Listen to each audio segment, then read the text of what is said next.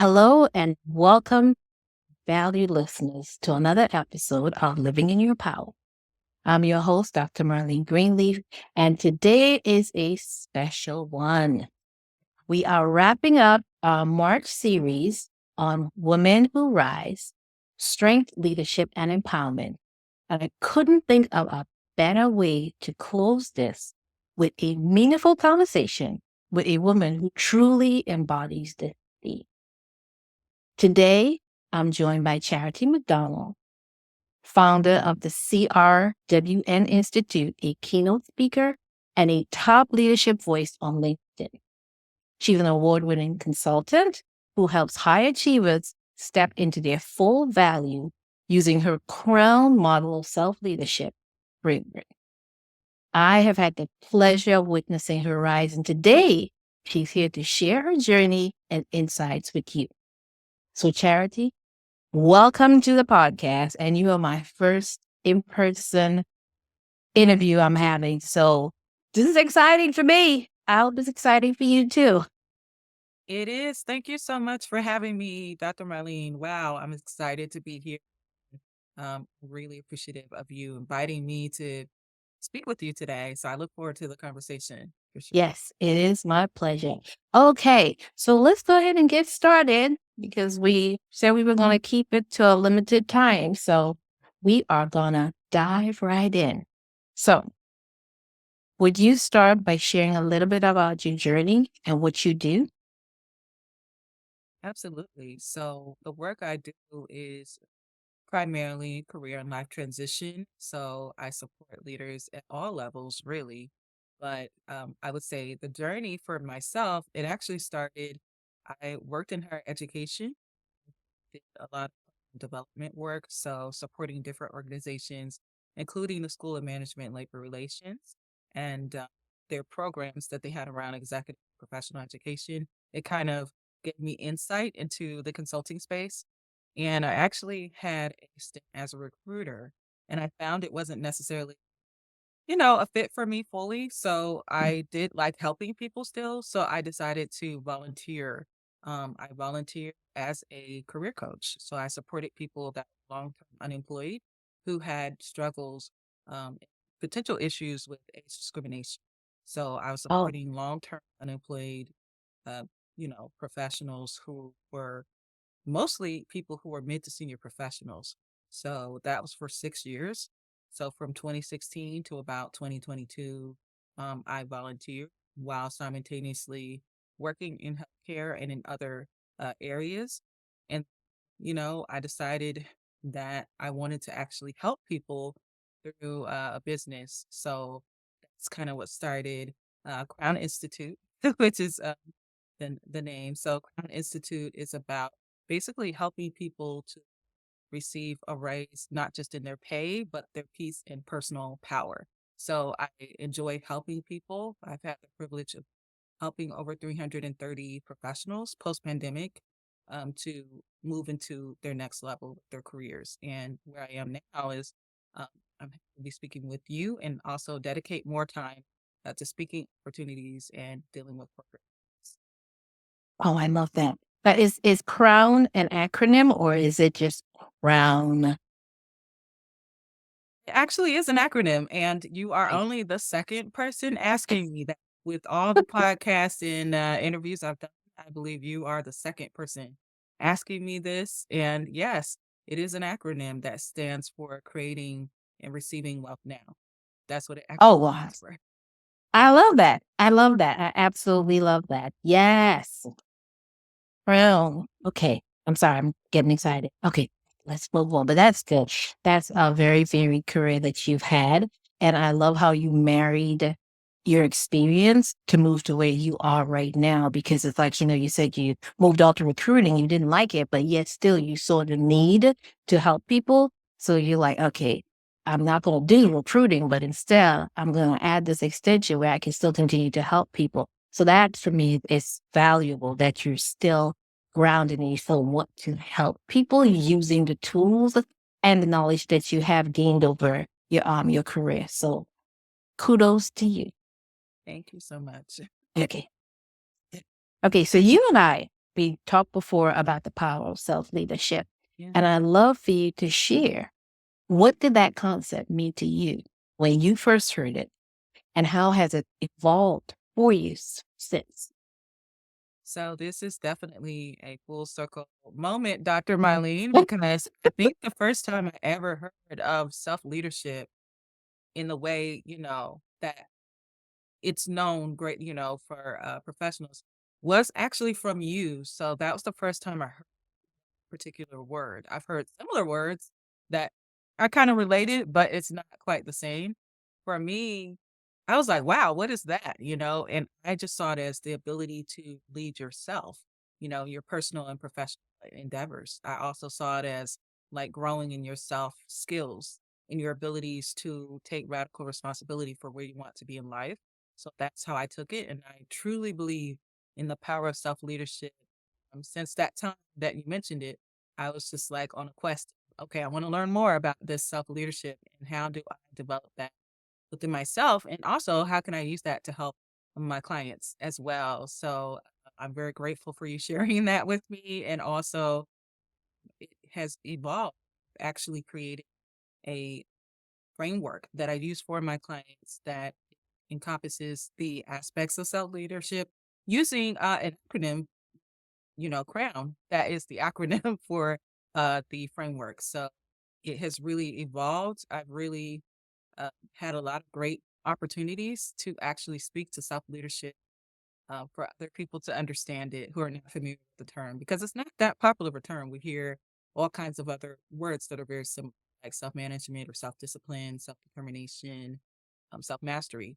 Those might be more common, but self leadership, I truly believe in the power of that. If you're not able to lead yourself, how are you able to lead other people? So I appreciate you sharing that with me. No, absolutely, because it's exactly as you said. It's not a concept that people really understand and they incorporate into others. Like you're saying, hey, if you want to be an emphatic leader, that they think is self-leadership, but it's not, because we understand that great leadership is built upon the foundation of self-leadership, because as you said, if you don't know who you are as a person, how can you lead others? Because that's what leadership is. It's about leading others. For me, self-leadership, like you said, is taking ownership for your life and consciously shaping your journey, which is what you're doing. And you're helping your clients also to understand this and to help them shape themselves. So, I love self leadership. And I think it's such an important concept that we share and teach others, especially on their leadership journey, because, like we discussed, it helps you direct your thoughts, your behaviors, and your actions. And also, it by doing so, it will help you achieve your desired goals. So it is something that we really need to, I don't want to say hammer in, but we do. We do need to hammer into others, especially those who are thrown into leadership roles. It's like, okay, what about you? What do you know about yourself? Who are you? And a lot of times I get the full blank stare, like, what do you mean? I'm a leader. Okay, well, how are you a leader? What do you know about yourself so that you can lead others? So it's truly a concept that we really need to enlighten people more about. So I am so excited to know that you've taken this concept and you have created framework to help not just yourself, because you learned it and you used it for yourself, but you're using it also to help others, especially your clients. So keep doing that, and let's keep getting this message out about self leadership, because it's an important tool to help you to become a great leader. So thank you for doing that. Okay, so our next question. Now it says, now you speak so powerfully about taking ownership of your growth, through self leadership. Can you share with us a time you had to lead yourself through a difficult situation or decision? And what did that look like for you in action? Yes, I love this question because I do have some recent examples where that happened. With the power of LinkedIn, I have different people reach out to me from so many different, job fields and industries. And Mhm. I was actually invited to host an event. So it was a sales and management hiring event that I was asked to not only host, but also present. And I decided that what I would do to show more value throughout the event is I would also offer laser coaching for those who were interested, had my own table at the event. And it was an event, that had other employers there. So I have to make sure things are organized and prepared. The thing about it is the time. So for me, sometimes in my natural state of being, I can be I could be more focused on energy management instead of time management. And with this, I was very conscious of time. So there were certain things that needed to be done by certain times. And I was really needing to be maybe in two places at one time in this event. So trying to make that all come together and it being a new opportunity for me, it really stretched me and forced me to be out of my comfort zone because I am a more introspective person. So really taking the lead on things and shifting the room was something that I was going to have to really step up, step up my leadership literally because now it was on a team effort and it was on a wider scale, impacting, you know, uh, a significant amount of people all at one time in an event. So I had to make some decisions that were more so my own decision, and I knew it would impact everyone who was participating. So whether that was the hiring manager or the candidates, really having to make some decisions to make sure, hey, I want to maximize the time those who are attending can network a little more and apply some of the strategies that I very briefly shared. But I made a last minute decision to cut my message short so that there would be more time for the networking exercise.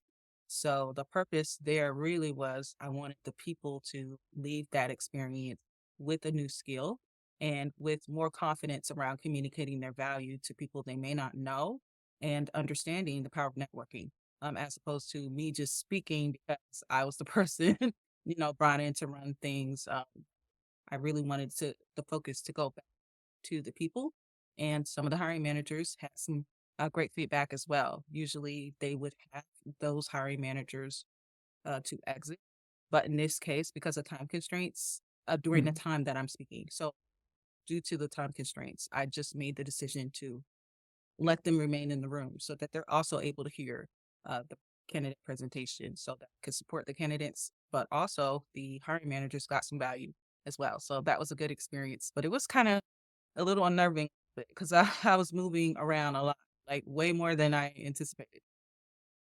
Well, I love that because I see how you took the lead for yourself because I'm assuming that's like part of your holistic teaching also, where you added it to yourself, where you assess the situation and you're like, okay, how can I make this manageable for everyone and myself also?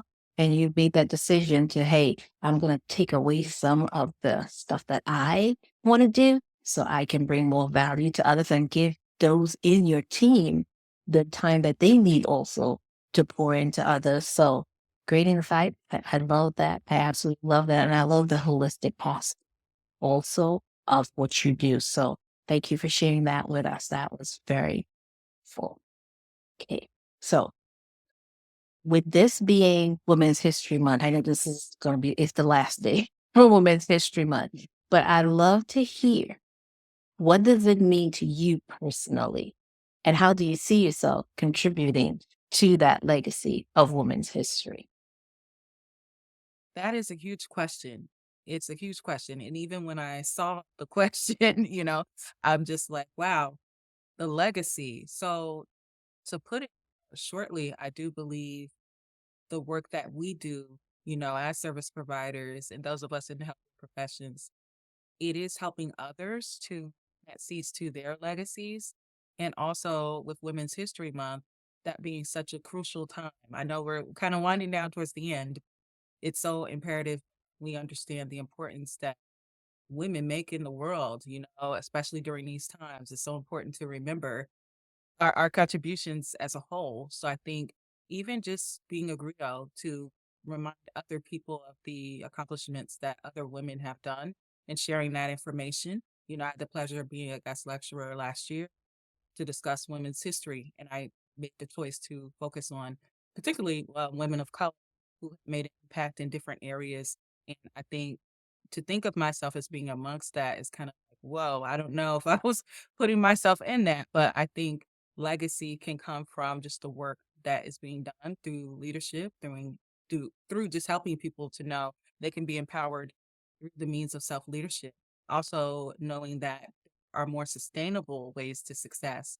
So, one of the things that I'm hoping to do is to create a series of books that will help influence, that guidance, right? So talking more about leadership and not just self leadership, but also feminine leadership and those principles and team leadership and how all those things can tie in together in just our general conversations around leadership development. So that's how I hope to, in some way, contribute. And I love the idea of legacy because it's so huge. I feel like that's still something I'm still learning. And, you know, been living for a while, but, I'm still trying to learn what it is, that I could do in terms of legacy is concerned. Very young. I've been living for 62 years and I still believe in building a legacy, not just for my family, but for others also. Because it's like you said, we know for a fact that women, the things that we do as women, not just as leaders, but women in general, it's not we don't really hear about these things because, we're overshadowed. And then, I don't wanna get into politics, but with this current situation that we're in, everything that we are building up, it's being taken away from us, especially, like I said, the women. So we have to, even in some small way, to continue to uplift women and bring their stories to the forefront. It's like you said, it doesn't have to be, oh, this woman did such a great job and built this great foundation, a company and stuff. No, it's the little things we do where we start off by we're sharing information and learning to uplift each other, collaboration. We need to bring this out to the forefront to show what we are doing and to get our message out there, that women are powerful leaders. We are. And even though it's not out there the way it should be, we do know for a fact that we are an integral part of leadership. We're not getting the same pay, like the men get still. We don't understand why, but nevertheless, we're still out there and we're making a huge impact. So we'll continue to build that legacy, and age has nothing to do with building a legacy. We can do this until God calls us home. So continue doing what you're doing. Thank you for that. Okay. So now let's end with this. What are you working on right now that feel deeply aligned with your purpose and growth? That's a beautiful question. And to your point, I definitely agree with you. There's definitely an aged legacy, but that is something I do think about more of what legacy I would like to leave behind in terms of leadership. So, as I mentioned earlier, books. So that's something I'm looking into, really making more impact as it relates to corporate clients as well as, opportunities to speak and share my voice. So that way it could be, whether that is collaboration, like what I'm doing right now. So I'd like to connect more towards collaboration on a grander scale. So something in the future for sure that would bring the voices of different women leaders together. I do actually have something in the works for October. So there is going to be a event that is geared towards women leaders, those who are executives are interested in, and I'll be basically partnering with two other wonderful ladies, and we'll definitely promote more information about that in the future.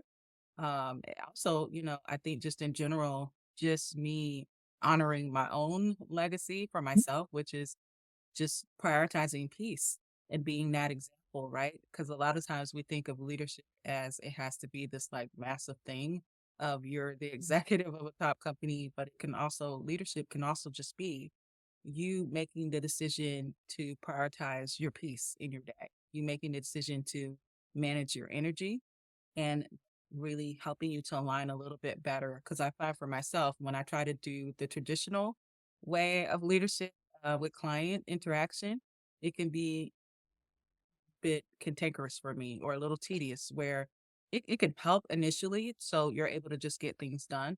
I think for me, learning to lean into my natural strengths with our intuition and wanting to see just the best of other people. Seeing being able to communicate that effectively to my clients and making sure they're able to reach their goals and not just, gain skills, but skills that will help them throughout their lifetime. And yeah, to the earlier point, I will say I do actually mention people who are significantly younger than me when I talk about women's history, because we've had some young people do some amazing things to people who are no longer with us, who live long lives. So I love the diversity of the leaders that I admire. I hope that somehow I can impart some wisdom so others can grow in their worthiness, right? And also just their wellness overall. To the earlier point, yes, I take a holistic approach and I want to continue. So thank you. Absolutely. So thank you for being who you are, for being out there, for empowering. I know we're not supposed to use that word, but that is what you're doing. You're empowering not just yourself, but you're empowering your leaders and the future generation to see themselves for who they really are and to put them in that space and give them that opportunity to really grow and reach their potential. So I truly appreciate what you're doing and continue doing so. And once you get your program out, I try my best, but my schedule is just crazy. I try to be there, for the things that you're doing. So feel free to share that information with me. I'll try to do my best to see how I can plug in and to just give you the support that you need. Because that, in essence, is what it's all about. It's about supporting each other as we build and grow. So, Charity, I want to thank you so much for being here today and sharing your heart, your wisdom, and your light. I mean, you certainly poured so much into this short conversation. And I know our listeners will be walking away empowered today. So, to everyone tuning in, I want you to remember self leadership starts with a decision to honor your voice and walk in alignment with who you truly are. And don't forget to connect with Charity on LinkedIn and to learn more about her at her CRWN Institute. So until next time, dear listeners, I want you to continue to live boldly in your power. And if it gets stuck, I want you to remember to just breathe. You still got the strength to rise. So continue to live in your power. Thank you, Charity. Thank you.